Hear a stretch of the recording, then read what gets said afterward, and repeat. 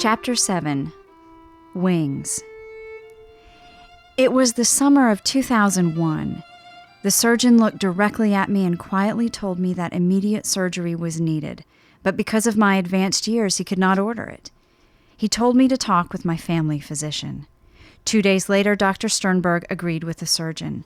The lab report confirmed the fact that I had colon cancer, and the odds of success for someone my age were not particularly good. I returned home and began to weigh things. I have had a long, fulfilling, and productive life. I did not want a long, drawn-out illness, so my decision was easy. I asked my doctor to schedule the surgery as soon as possible. As I was wheeled into the operating room, the doctor clasped my hand and whispered words of encouragement. Drifting into the utter quiet of anesthesia, my mind wandered. I'd rather die on the table rather than waste away to the end. Slowly, I drifted awake. Vaguely, I heard a sound, a soft fluttering of wings. Several hours later, fully awake, I mumbled to myself, wings. Yes, fluttering wings. The nurse heard me and matter-of-factly told me that it was the lawnmower that I had heard. No matter, I heard fluttering wings. Later, my compassionate doctor visited and told me with a big smile on his face, "You have for the second time won a bout with cancer." Shedding pent-up tears, I pulled the blanket up, closed my eyes, and began the healing process. Earlier in 1989, on a bright spring morning, all packed, the suitcase by the door, I was ready to leave with my daughter to spend some time in her home. I suddenly stopped at the door and told Barbara that, since I had had no report on a mammogram taken 2 weeks prior, I wanted to get the result before leaving. Over the phone, I asked the nurse for my report and was told that they had not yet looked at it. She assured me that she would find it and take it to the doctor. I had hardly hung up the phone when it rang. The doctor told me that there was a spot on my left breast. Further, he was sending me immediately to Reading for surgery. He assured me that while I was in transit, he would be making the arrangements for Dr. Nash to do the surgery. So instead of going to the Murphy estate, I went to the hospital, Mercy Medical Center. Being prepared for the operation, I wondered what removing my breast would do to my love life, then realized with a shock that Burton had died 16 years earlier. I scribbled my name on the order for the mastectomy. I would never be the same, but I had little choice, for the other option was cancer. Sometime after the healing, I of course was thankful to have avoided cancer, but I was very aware that part, and a very feminine part of me, was missing. It was one thing to feel the difference, and quite another to see the difference in a mirror. I eventually was fitted for a faux breast, which I have worn just like a piece of clothing. It works. No one can tell, and I felt like a complete woman for some time.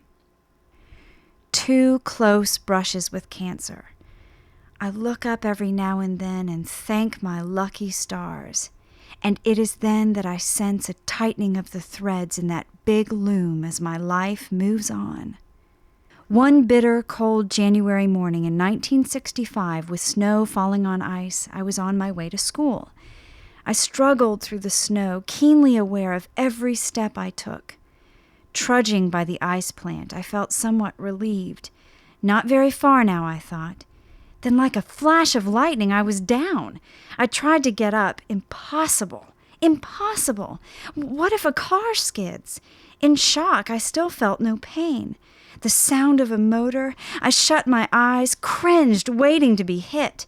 The sound stopped, and through half-closed eyes there was a man getting out of the car. I recognized him, a local fireman bringing his daughter to school. Another auto, a father and his daughter. According to Red Cross first aid instruction, the men did everything one should not do. They lifted me and placed me on the seat of the car. When we reached the high school, the custodian was on the porch waiting. I have no idea how he knew, and he asked where I wanted to be taken. Still in shock, I mumbled, "To my room." This they did and sat me at my desk. Soon class would begin. 30 juniors, unusually quiet they were when they filed in. Someone had told another faculty member about the accident. She phoned Dr. Reynolds. His order was not to move me. An ambulance was on its way. Shortly after, 2 men carried in a gurney. Lifting me from my chair, they stretched me out. The pain by then was intense. I stifled a scream, not in front of my students. All eyes on me, I gritted my teeth, waved, called out, as a junior told me later, "No repeat performance for this act." To a burst of laughter from the class, I was on my way to the hospital. After an x-ray, excruciatingly painful because I was stretched out for the picture, Dr. Reynolds reported that it was not the strain as I had thought, but it was a broken hip and that I was on my way to Reading for surgery. There, Dr. Nutley repaired the broken bone, but did not do a hip implant. Not until I was in the hospital did someone think to call Burton. He left as soon as he was told of the accident and arrived just before I was taken into the operating room. In April, and still on crutches, I returned to teaching. 2 weeks later, I went for a checkup. The doctor, with a big smile, told me that I could go back to my job in 3 weeks. When I told him I had already been teaching for 2 weeks, he just stared at me and shook his head. While my hip healed well, it was difficult to walk and stand up straight. 13 years later, in 1978, as I was hobbling around my easel, getting out my brushes and paints, I suddenly stopped. I put my art things down and limped over to the telephone. There I spoke with my doctor, and I told him it was time for the hip replacement that we had talked about many times before. I was scheduled for surgery just a week before Christmas. After the surgery, I spent 2 weeks in the hospital. To my delight, by special arrangement with the chief of staff, the Methodist choir came from Dunsmuir to Reading and sang carols to me in my hospital room. I closed my eyes and thought I was in heaven, hearing the angels sing. With therapy and exercise, I learned to walk upright, once more tall and happy. In 1990, while visiting Alice, Jane, and Bob in Livermore, we attended a show in San Francisco. As we were leaving the theater on the last 2 steps of a long flight of stairs, I fell landing in a sitting position on a marble landing. Almost immediately, a man kneeled down in back of me and in a quiet voice said, "Lean against me. You will be more comfortable. I'm a doctor." He stayed with me until the paramedics arrived and I was in the ambulance. I was taken to St. Francis Hospital. There, the broken left hip was replaced by an artificial joint by Dr. Say, a Chinese surgeon.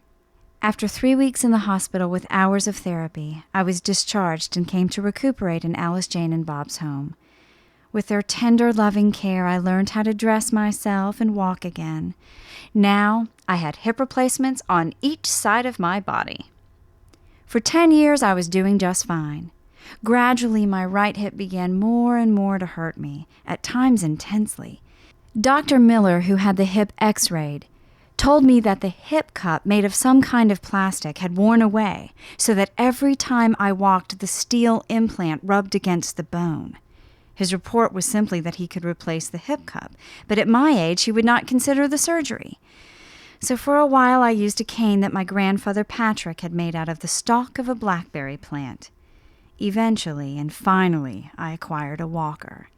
In the beginning I did not always use this assist, but after several falls in my apartment, I began to use and trust this device. Mine had large rubber wheels with a brake system and a built-in seat. Because of its fine appointments, I named it my Rolls Royce. It continues to take me everywhere I want or need to go. Over the years, I have met and been treated by many a fine doctor. They have maintained my physical being by taking away, by adding to, and by solving other kinds of problems. I have been lucky. I had to chuckle at one point when my older daughter, Alice Jane, called me her bionic mother. With 2 metal hip replacements and a faux breast, she was surely on target. Over the years, there have been many smaller procedures at the hands of my doctors, and several other large ones. In 1935, Dr. Campbell performed major surgery to tie off the fallopian tubes to guarantee there would be no more little Coons, to remove my appendix, and to do a suspension of the uterus. After a 10-day hospital stay, I returned home then to my 3 little ones, 2, 4, and 6-year-olds. 62 years later, I saw my doctor about what I thought was some bladder problems. He sent me to an internist in the spring of 1997, and he, in turn, after one examination, referred me to a gynecologist, a Dr. Leslie Dietrich. I consulted with this doctor who listened to me, checked out my physical condition, and then told me I needed a hysterectomy. Never had I heard of a 93-year-old woman undergoing this procedure. I signed the order, all the while smiling to myself, oh me, oh my, no more babies. I chuckled to myself, knowing that the tied tubes done more than 60 years earlier had solved that problem. I knew that for young women who needed a hysterectomy, the recovery can be tricky emotionally, for they have lost a very important female part of their body. For this old war horse, that part of my recovery was rather easy. After my recuperation, I took the doctor and her 8-year-old daughter to tea at a charming tea room in Dunsmuir, and that added a pleasant edge to my memory of this surgery. A piercing pain awakened me early one morning, intense pain in my right foot. When I looked, it was so swollen it looked like a balloon. Someone, probably Eleanor, drove me to the doctor. He looked at my foot and with no hesitation told me that it was a black widow spider bite. He gave me a shot for pain, ordered some medication, and told me how to care for the foot, and then he sent me home. Home? How could I take care of my 3 children?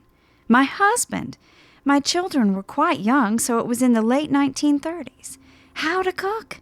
No worry about washing clothes, for Burton often performed that task, but washing the dishes? At home, in place of a crutch, I wonder why the doctor did not order one, I kneeled on a chair seat with the painful foot, pushing myself around with the good leg. Slowly and painfully, I managed to do the things that needed to be done. My children, I know, watched me in wonder as I pushed, dragged, and even lifted briefly that chair to move around the house. It made an awful noise. My foot, swollen and hurting, seemed to get lost in the racket of it all. My children, with their wide eyes, must have thought they were watching their mother ride some souped-up moped of the future. The purring shuttle was audible as it began to repair damage to the threads. Then it slowed, and the purring became a hum, a strange, quiet sound.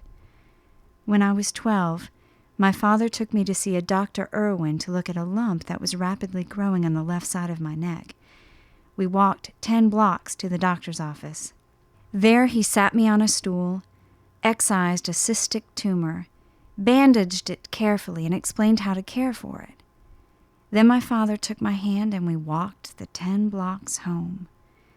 The shuttle purred to life and the repair work continued.